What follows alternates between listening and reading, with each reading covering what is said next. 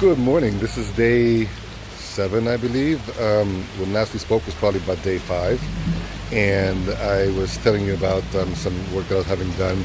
There are about 7 people here doing various things. Cleaning off my roof and trying to put a satellite dish up and various things. Well, here's what happened since then. There was an earthquake. It was a 6.8 earthquake.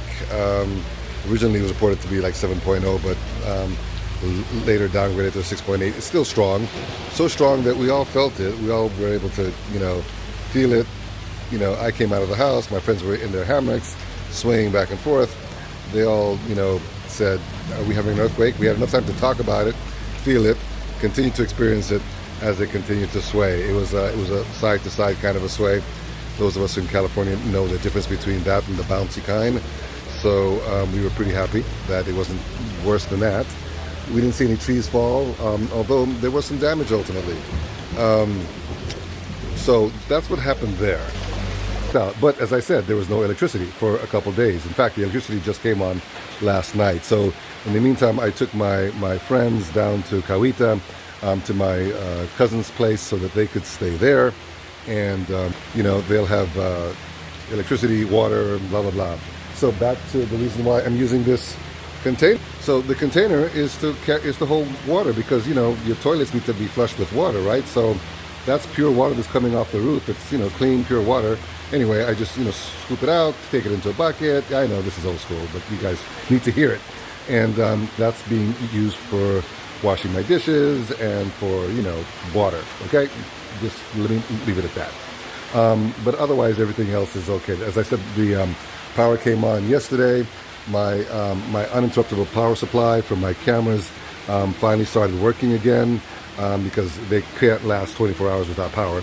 So now my camera's working back again, so everything's back up. My uncle's over there peeking out his door because he wants to go have breakfast, so I have to take him to breakfast right now. And I think I see my contractor coming in the front door down there, off in the distance. Anyway, I'm going to take care of a few things, and I'll get back to you later and tell you what the scoop is. Oh, but by the way, that earthquake, has destroyed our path. So I'm going to impose a couple of videos here for you guys to see that the road to Limon, which is the next big town, is impassable at this point. My friends have to fly out on Tuesday, have to get them to the capital on Monday. That's not likely going to happen. We'd have to figure that out.